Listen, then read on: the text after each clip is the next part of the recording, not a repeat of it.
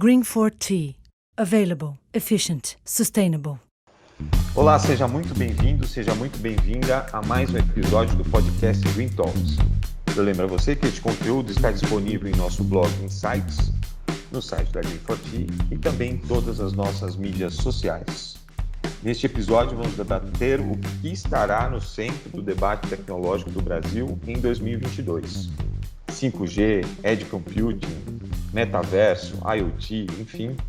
E para conversar conosco, nós convidamos o professor Edelvício Souza Júnior. Ele é especialista em inovação industrial da Embrapi, a empresa brasileira de pesquisa e inovação industrial. Também é professor convidado da Fundação Dom Cabral. É articulista do portal IT Forum, da IT Media, em temas relacionados à transformação digital. Integrou o comitê de avaliação do prêmio de 100 empresas mais inovadoras, organizados pela IT Media em 2020 e 2021.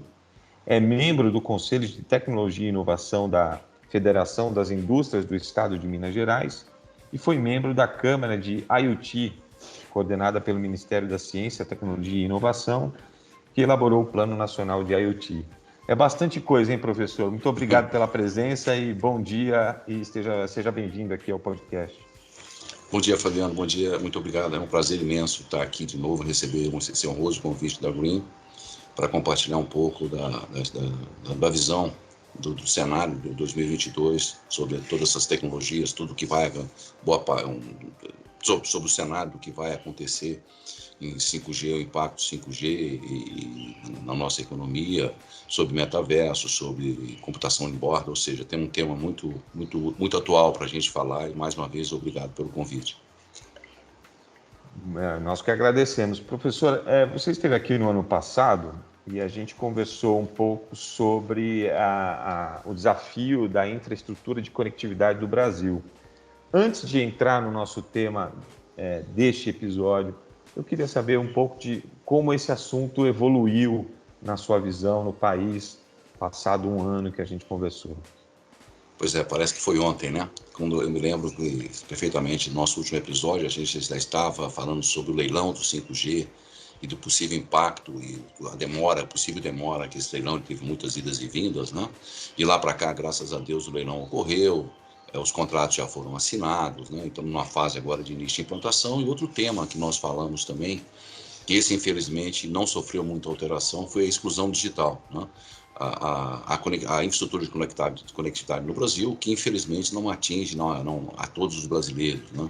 Então, se por um lado a gente tem, na nossa última conversa, tem um lado positivo, que o leilão ocorreu e o Brasil finalmente vai implantar a rede 5G nos próximos anos, por outro lado, a gente continua com uma parcela significativa da população brasileira sem acesso à internet e durante o ano passado isso ficou evidenciado, o impacto negativo que isso trouxe sobremaneira nas famílias de baixa renda, dos jovens, das famílias, principalmente da classe D e E, onde nós temos hoje 29% da população brasileira que não tem acesso à internet. É 1% do Brasil, é o 9º país do mundo e ainda é uma taxa altíssima de uma população desconectada da internet. E todos nós sabemos o impacto que isso tem na nossa vida, e na pandemia mais ainda, onde os trabalhos passaram a ser boa parte remoto, onde as aulas deixaram de ser presenciais somente no final do ano passado, que elas voltaram a ser parcialmente presencial em muitas escolas, mas nas escolas públicas, principalmente, o impacto foi muito grande. Então, infelizmente, se por um lado a gente teve, no nosso último papo, a gente teve uma evolução, no outro lado eu diria que a gente ou regrediu ou estabilizou. E esse impacto negativo da conectividade não é o 5G que vai resolver, infelizmente, o 5G não vai resolver esse problema da exclusão digital, muito pelo contrário, ele pode até agravar essa exclusão se nada for feito no sentido de trazer cobertura de acesso de banda larga de qualidade, não só para as escolas públicas, mas também para os domicílios da população de baixa renda. A gente tem hoje, por exemplo, mais de 40% das escolas rurais não têm acesso à internet. Somente 75% das escolas públicas brasileiras têm acesso à internet. E dessas, somente 3,2% têm um acesso de qualidade. Então, esse é um lado negativo do nosso último conversa, que a exclusão digital ainda impera no Brasil e os impactos são horríveis. Os impactos são para uma geração inteira que está perdendo a oportunidade de usufruir dos benefícios, e, inclusive de se crescer profissionalmente, e até muito disso implicou, inclusive, na evasão escolar das crianças que não têm condições de acessar a internet para as escolas, as aulas não presenciais, e houve um índice de evasão escolar no ano passado, foi muito ruim. Então, esse é um lado negativo, que a Instituto Conectado no Brasil, existem ações de curso, o próprio edital do 5G prevê lá a obrigação de investimentos numa faixa de frequência específica, investimento da ordem de alguns bilhões de reais, para aumentar a infraestrutura de conectividade, mas isso vai se dar ao longo do tempo. Outra ação específica seria o investimento do FUST na cobertura dessas áreas não atendidas, mas isso também ainda está toda uma discussão no Congresso. Mas o que eu espero é que, se a gente, na própria conversa nossa, no próximo talk, que a gente fizer daqui a algum tempo, esse seja um tema que a gente tem evoluído no Brasil na infraestrutura de conectividade. Muito bem. Bom, falando então de infraestrutura tecnológica e de conectividade, a gente avançou na questão do 5G, porque de fato aconteceu o leilão tão esperado. Para entender o que será preciso transformar para que essa tecnologia seja de fato um divisor de águas positivo para as empresas, para as organizações e para as cidades. Bom, esse é um tema extremamente atual no mundo, não é no Brasil, não é? Qual o impacto? Existe muita teoria ainda, muito discurso sobre o real impacto do 5G, mas na prática existe ainda poucos cases bem-sucedidos, porque as redes estão sendo implantadas agora em alguns países. No Brasil, a gente está iniciando o cronograma de implantação, e o que é importante, a expectativa foi criada no leilão do 5G, uma expectativa muito grande sobre possíveis benefícios que uma infraestrutura de tecnologia de rede de alta velocidade traria, e até com promessas até um pouco duvidosas, né? Eu costumo dizer que a gente sempre olha o copo meio cheio do 5G. A gente tem que olhar também o copo meio vazio, aquilo que ele não é ou aquilo que ele não se propõe a ser, porque é uma infraestrutura de conectividade. A infraestrutura é um meio, não é um fim. Então, se a gente pautar pelo cronograma da Anatel, pelo cronograma do edital, nós vamos ver que a implantação é gradativa, até porque o Brasil é um país continental, onde a gente vai ter inicialmente as capitais e as grandes cidades, a gente só vai atingir cobertura na cidade até 500 mil habitantes em julho de 2025. Posteriormente, a gente vai até 200 mil habitantes em julho de 2026, até 100 mil habitantes em julho de 2027, e o cronograma prevê que cidades até 30 mil habitantes terão cobertura até 2029. Ou seja, tem um grande cronograma, e se a gente pensar bem que hoje o 4G não cobre toda a infraestrutura brasileira, que nós temos hoje nós temos mais de 20 mil usuários com 2G, que é a rede analógica, e nós temos, eu não me lembro o número de cabeça, mas um número expressivo de usuários ainda estão no 3G. Portanto, nós temos todo um processo de migração desses usuários que não estão ainda sequer no 4G e as áreas ainda que não são assistidas. Então, o que é importante entender é não se criar falsa expectativa, que da noite para o dia o 5G irá resolver todos os nossos problemas, que ele não irá. Né? É uma infraestrutura de conectividade. Além do que, existe um outro ponto importante do modelo 5G, que é o modelo de negócio que as operadoras vão oferecer. Esse é um grande desafio. A experiência mundial mostra que está sendo frustrante para muitos países o modelo de negócio que as operadoras estão ofertando, que é um modelo fortemente focado em dados ainda. Então, se a gente pegar bem, a Ericsson fez uma pesquisa no ano passado, onde 75% dos usuários 5G ao redor do mundo estão insatisfeitos com os serviços que estão sendo oferecidos, porque não veem valor adicionado frente ao que eles tinham no 4G. Na Coreia, onde é o país mais evoluído hoje em implantação de 5G, grupos de usuários estão entrando na justiça pedindo ressarcimento por danos por promessas não cumpridas. Então, a gente tem que ter em mente o seguinte: o 5G é uma infraestrutura, uma mudança completa da tecnologia, os ganhos que você vai ter com o 5G, mas essas mudanças não acontecem da noite para o dia. Elas dependem no Brasil de política pública, de investimentos. Nós temos no Brasil um terceiro fator que é o impeditivo, que vai ser um fator de desafio para as operadoras, é a lei de antenas, onde a concessão das antenas, a liberação é feita de município a município. E isso é muito demorado no Brasil. A gente tem casos, por exemplo, de 4G, que município demora mais de um ano para liberar a liberação de uma antena.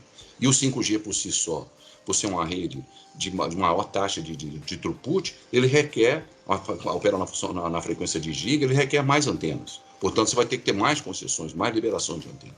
Então, existe um grande desafio até a gente galgar os benefícios que o 5G vai nos proporcionar. Então, nós vamos conviver muito tempo com o 4G, muito tempo ainda. O 4G vai ser a rede, a maior infraestrutura, e essa migração vai ser feita ao pouco. E o outro ponto que eu gostaria de citar, o quarto, é a falta de mão de obra qualificada.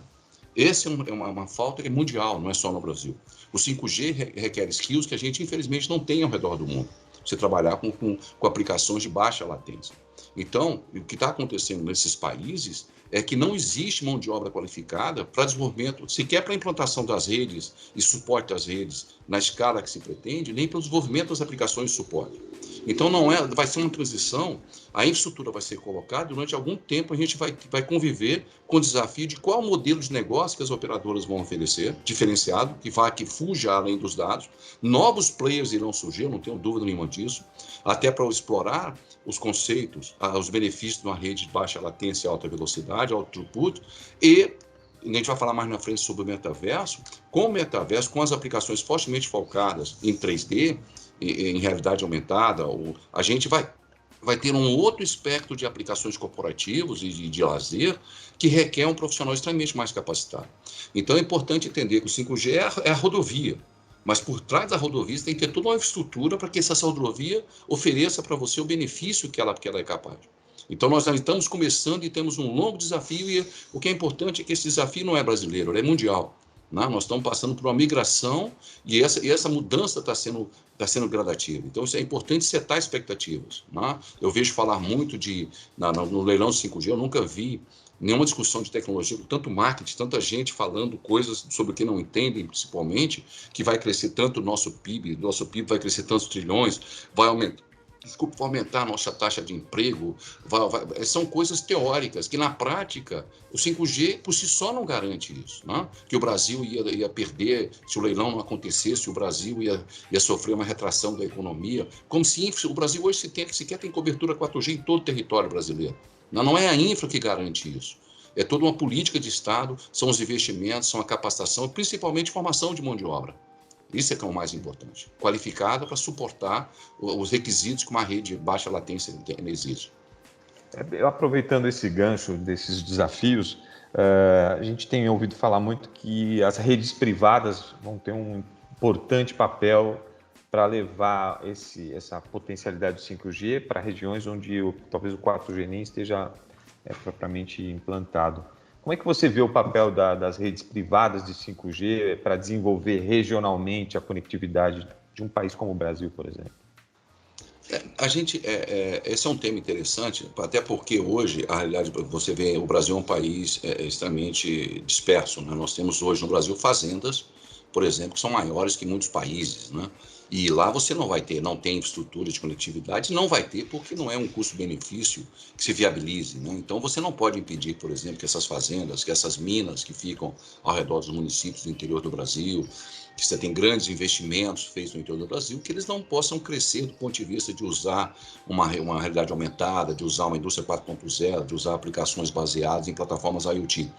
Então, é natural, eu vejo agora com o 5G, até porque os benefícios, junto com plataformas IoT e aplicações focadas em algoritmos de inteligência artificial, é natural que investimentos sejam feitos, além dos investimentos que vão ser feitos pelas operadoras de celular, segundo o cronograma do leilão. Isso eu acho natural, essas redes privadas elas vão acontecer, até porque para poder aumentar, para que essas empresas, para que essas empresas, empreendimentos que estão em região não assistidas, veja que eu falei rapidamente anteriormente sobre o cronograma, A gente só vai ter cidades até 30 mil habitantes, nas suas 100% até 2029. E muitas dessas cidades, inclusive com população menores que 30 mil habitantes, elas abarcam hoje pesados investimentos industriais, agrícolas. Essas empresas não vão ficar mineradoras, né? Inovadoras, são mineradoras, tem umas empresas siderúrgicas, então são grandes fazendas. Então eu acho que é irreversível que investimentos privados, por isso que eu acredito fortemente que novos players irão surgir, oferecendo, por exemplo, conectividade 5G associadas a plataformas IoT ou aplicações de borda, de computação de borda de 5G Edge. Eu acredito formalmente que novos players, além das operadoras normais de celular, irão explorar esse nicho de mercado e até mesmo spin-offs das próprias operadoras de celular vão enxergar nesse mercado um nicho que vai além do leilão, por exemplo. Então, essa é uma realidade que eu acho que é inevitável pelo tamanho do Brasil, inclusive. E outro ponto que eu queria colocar, que eu vejo importante num tamanho como o Brasil, que o Brasil, infelizmente, não usa muito, com muita frequência, muito investimento ainda, são satélites de baixa órbita, né? Tipo o projeto Earthlink do Elon Musk, que está fazendo um projeto de cobrir toda a órbita terrestre. Esse é um investimento que, além do 5G, ele oferece taxas, mas ele pode ser uma parte de uma rede 5G, onde essa primeira conectividade, o primeiro acesso, seja feito via satélite e depois se integra no backbone 5G, por exemplo. Isso é algo que vai acontecer no Brasil, até porque o investimento é muito menor do ponto de vista de infraestrutura. Então, eu vejo muito híbrido, redes privadas usando satélite de baixa órbita, conectado com infraestrutura 5G, explorando, por exemplo, plataformas IoT e aplicações baseadas em inteligência artificial, realidade aumentada, realidade virtual, coisa parecida. Você tem citado aí nessa resposta algumas tecnologias e eu quero aproveitar esse gancho também. Você citou IoT, você citou Edge Computing. Que outras tecnologias vão se beneficiar ou vão colaborar para que o 5G se desenvolva de fato aqui no país? Bom, se a gente for pegar um retrato das principais tecnologias que hoje, isso é cíclico, né, na humanidade, que hoje estão drivando a economia mundial, boa parte das tecnologias não são recentes. São tecnologias da década de 50, 60, 70. IA, por exemplo, o conceito surgiu na década de 50.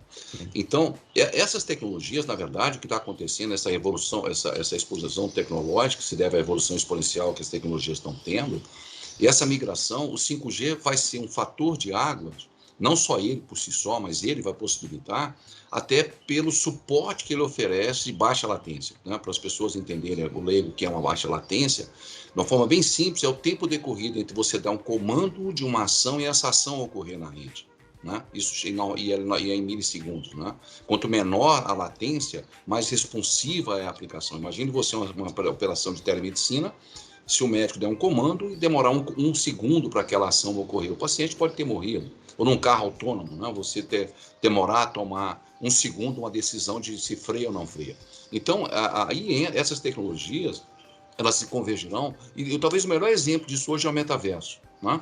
Que a gente vai falar mais na frente, que você tem aplicações de realidade aumentada, realidade virtual, blockchain, inteligência artificial, em algumas aplicações você vai associar isso com plataformas IoT. Então, o que nós vamos ver agora que o 5G vai possibilitar como infraestrutura é uma infraestrutura de conectividade, que eu associo isso, na minha opinião, em aqueles locais remotos onde o 5G não vai chegar, por exemplo, a inclusão do satélite de baixa órbita como parte da conexão, porque o 5G ele atua na camada de conectividade, acima disso você tem que colocar as aplicações. Essas aplicações vão beneficiar por algo que o 4G não oferecia, que é baixa latência e alta taxa, alto throughput. Então, eu diria que nós vamos viver agora um outro patamar quando as redes 5G estiverem plenamente implantadas, e vai demorar alguns anos para isso, por isso que eu acredito firmemente em alguns cases de redes privadas, um outro patamar, uma evolução muito maior ainda de uso de tecnologias no negócio e na nossa vida, pessoal. Se a migração que houve nos últimos 10 anos, talvez, seja extremamente elevada, mas o que a gente vai ver agora é algo mais elevado ainda. Eu diria que a gente vai ter uma taxa exponencial de crescimento dessas aplicações no nosso dia a dia. Ou seja, a nossa vida vai mudar muito mais que já mudou. Não pelo 5G só, mas porque ele oferece como parte de um ecossistema do qual ele vai ter uma participação importante. A gente falou aí de benefícios às pessoas. Eu gostaria de dar um enfoque agora de quais setores produtivos de fato vão se impulsionar com o 5G. Porque o 5G é isso, é essa baixa latência que você citou como principal atributo, e isso para uma conversa entre máquinas é fundamental. A gente citou aí o carro autônomo, nada mais é a conversa entre um sistema de tráfego inteligente e o automóvel interagindo e conversando. Setores produtivos você enxerga que o 5G pode se beneficiar de forma mais forte?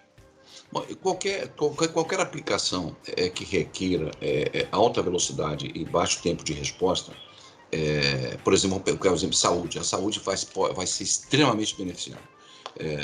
No que tange não só a teleconsulta, ou cirurgias, né? Embora eu acredito, estudos demonstram que a cirurgia efetivamente remota ela só vai acontecer, não agora, mas quando o edge tiver, quando a computação em borda estiver finalmente implementado, né, quando você não tiver necessidade de ir na nuvem para tomar uma decisão, quando o processamento e o armazenamento estiver próximo à execução, mas essa área de saúde, a área da indústria 4.0, com aplicações cada vez mais fortes, realidade aumentada e realidade virtual, hoje, se já é uma realidade hoje, não só na parte de projetos, mas manutenção preditiva e manutenção realmente corretiva, você usar esse conceito, inclusive remoto, né? A própria Green já faz uso de realidade.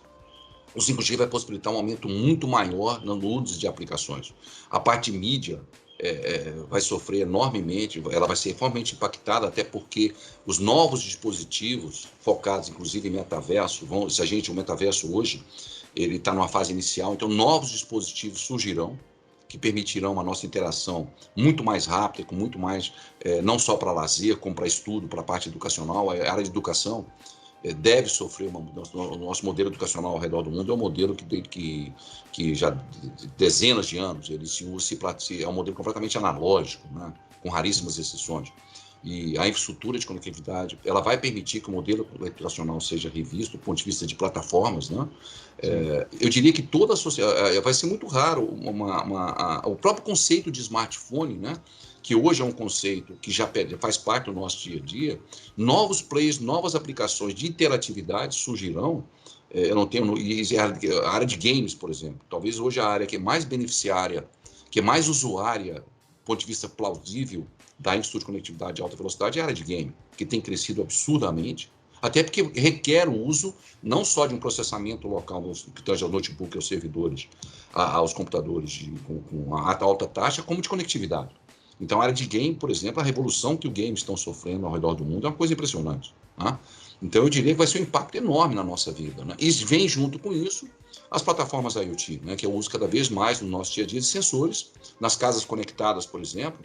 Se o projeto de casa conectada e cidades inteligentes é algo que demorou a decolar ao longo do tempo, ao redor do mundo, eu não tenho dúvida nenhuma agora que os projetos de cidade inteligente e casas conectadas, por exemplo, surgirão e com eletrodomésticos, eletrônicos inteligentes e conectados, terão um crescimento enorme. Ou seja, aquilo que eu disse, a mudança já foi drástica nos últimos 10 anos, essa associação dessas tecnologias juntas com a infraestrutura de conectividade de baixa latência, ela será muito maior. Nós veremos uma outra curva exponencial de crescimento, de melhorias, e aí tem um impacto negativo, né? Você tem o lado positivo e o lado negativo, que é a parte de segurança e privacidade, que é a parte regulatória. Então, você tem todo um ambiente regulatório que tem que evoluir para essas novas aplicações que surgirão. Na vida das pessoas e das empresas e das cidades, e já aparece uma nova tecnologia para revolucionar ainda mais a maneira como tudo vai acontecer, que é o metaverso. E você citou o metaverso aí 2, 3 vezes nessa nossa conversa. Eu queria que você comentasse, então, de que forma o metaverso vai impactar na vida das empresas, na vida das pessoas, na necessidade de infraestruturas de TI robustas, resilientes, de alta performance, para conseguir dar conta de tamanha carga de dados que essa tecnologia vai gerar. Esse é um termo extremamente atual, né? Se a gente pegar bem, eu não me lembro se foi a palavra mais pesquisada no Google nos últimos meses, ou se é uma das, né? Um dos assuntos que mais se falam hoje, não só em termos de artigos, como empresas mudando, inclusive, seu modelo de negócio, mudando até o nome do grupo, como foi o caso do Facebook. Na verdade, ele ganhou mais ênfase, né? Quando o Zuckerberg anunciou no final do ano passado a mudança do nome da holding do Facebook para Meta, até porque a empresa decidiu investir pesadamente em ser um dos players líderes na área de metaverso, né? Então, muita gente, como eu falei anteriormente, os conceitos que nós estamos usando hoje, na sua grande maioria, com raríssimas exceções, não são conceitos novos. A primeira vez que se falou em metaverso no mundo foi em 1980, na década de 80, num livro, Snow Crash, onde um personagem se relacionava com um avatar, que era algo, naquela época, algo que as pessoas não conseguiam entender o que era um avatar, e o sujeito escreveu um livro de ficção, né?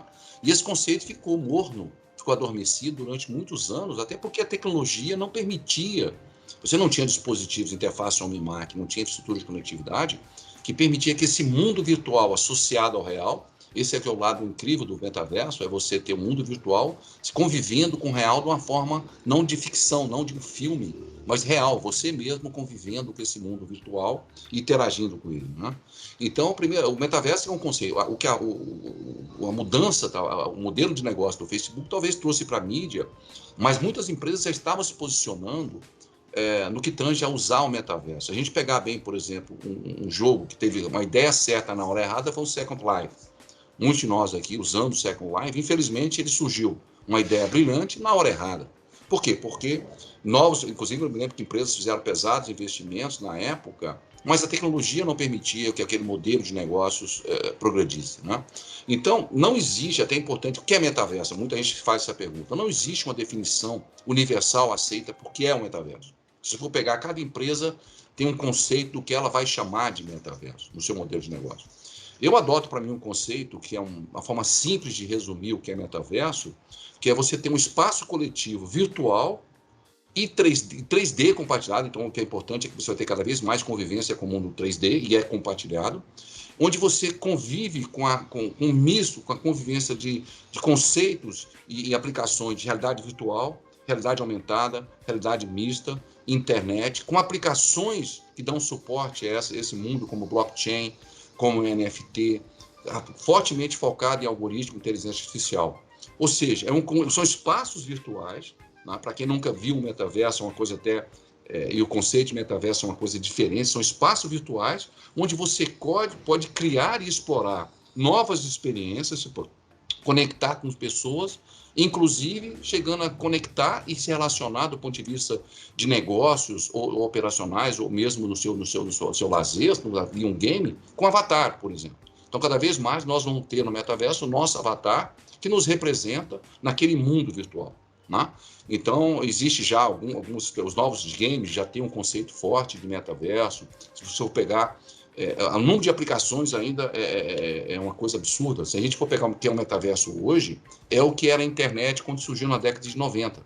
Né? A gente não sabia muito bem onde ia dar. Né? Eu me lembro que eu fui um dos pioneiros na internet no Brasil, e os primeiros sites que a gente fazia, a gente não tinha a mínima ideia de onde aquilo ia chegar do ponto de vista de negócio, e chegou onde chegamos hoje. Então, o metaverso está na sua infância, né?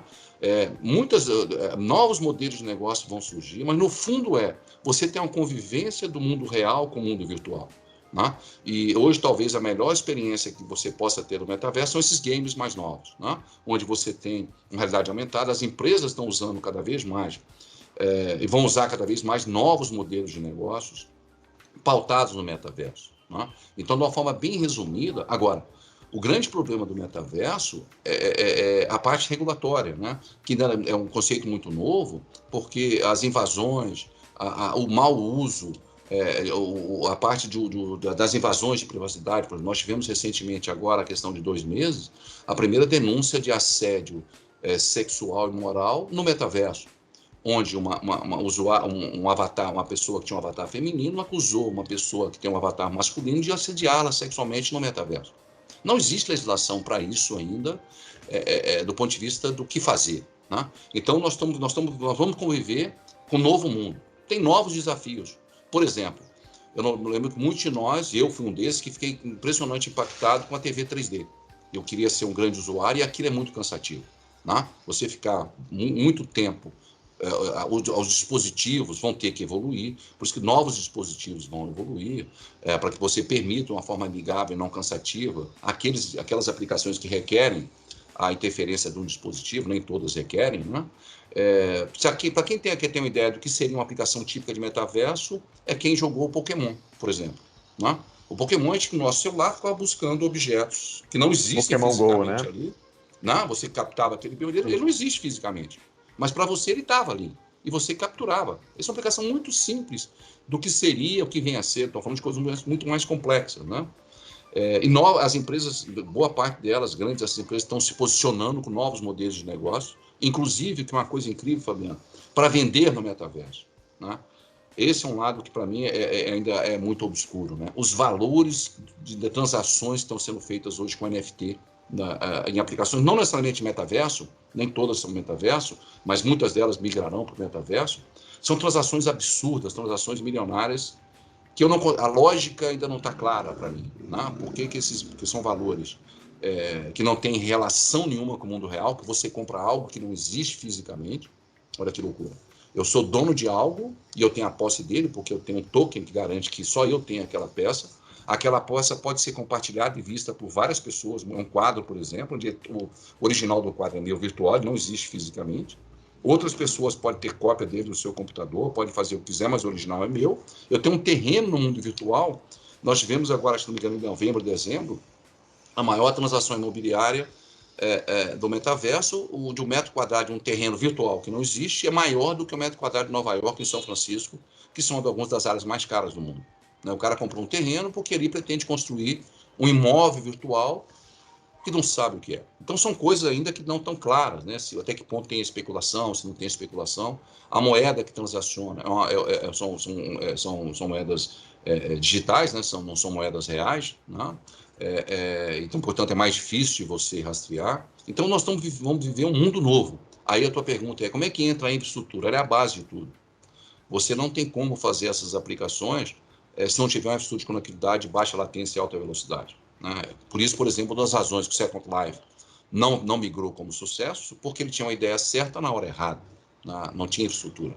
Né? Então, você cada vez mais vai ter aplicações de realidade aumentada, realidade virtual, os games, no seu dia a dia, você vai interagir com pessoas, com avatar de pessoas, inclusive, simultaneamente você interage com o avatar de uma pessoa, como se estivesse numa reunião virtual, onde a reunião está acontecendo num conceito, por exemplo, de gêmeos. Né?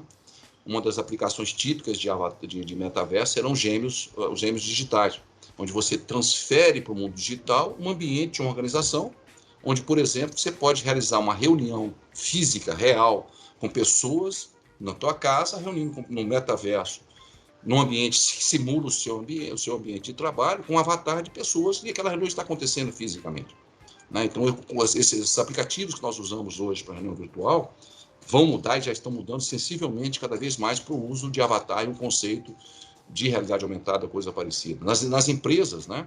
As empresas, os novos modelos de negócio, boa parte dos grandes players já estão criando suas lojas no metaverso. A Nike criou, a Adidas recentemente criou, onde ela vai lançar um produto inicialmente no metaverso. Aquele produto ele não existe fisicamente. Eu compro um tênis para usar no meu avatar e pago algumas centenas de dólares. Existem bolsas, por exemplo, que eu pago mais de $1.000 para usar no meu avatar. E aí, depois dessa interação do mundo virtual, é que aquele tênis pode ou não virar um produto comercial. Então, ou seja, junto, o que eu estou dizendo, nós estamos vivendo agora esse conceito novo de infraestrutura de conectividade, do metaverso, uso dessas aplicações. Se a nova revolução, é difícil dizer para onde nós vamos. O que é fácil dizer é, nós vamos para onde nós não estamos. A mudança vai ser completa. Impressionante o que nós vamos mudar. E é algo muito confuso, muito por se definir ainda modelo de negócio, regulatório. Tem muita coisa que está se criando ainda. E tem muita coisa hoje sendo dita de metaverso que não é metaverso. Hoje se pega, por exemplo, uma aplicação típica de realidade aumentada e cita-se como um case de metaverso. Aquilo não é metaverso. Pode até virar no metaverso, mesmo porque a realidade aumentada, a realidade virtual, já existia muito antes do metaverso se tornar a realidade que está se tornando agora. Muito bem. Bom, temos assunto aqui para mais de 1 hora de conversa, facilmente, mas infelizmente a gente tem que interromper e finalizar o nosso podcast. E hoje nós conversamos com o professor Edelvício Souza Júnior sobre o que estará no centro do debate tecnológico do Brasil em 2022. Falamos de 5G, falamos de IoT, falamos de Edge Computing e falamos de metaverso agora no final. Professor, mais uma vez, muito obrigado por compartilhar os seus conhecimentos aqui conosco no Green Talks. Eu que agradeço pelo convite, fico muito honrado mais uma vez e agradeço o convite. Espero que gostem, espero que tenha contribuído e convido a todos a ouvirem os outros podcasts da Green, que são realmente extremamente atuais, extremamente interessantes. Espero que a gente possa, no próximo talk nosso, estar falando sobre as evoluções, as dúvidas que nós colocamos hoje, que não estão claras, talvez já tenhamos respostas e tenhamos novas dúvidas, porque esse é o desafio da tecnologia, né? É você conviver com a dúvida e com a incerteza e buscar razão naquilo tudo e transformar aquilo numa realidade. Muito bem, então é isso. Se você gostou desse episódio, curta e compartilhe este e outros conteúdos relevantes que temos postados lá no nosso blog Insights, no YouTube, aqui no Spotify também e em nossas mídias sociais. Muito obrigado e até a próxima.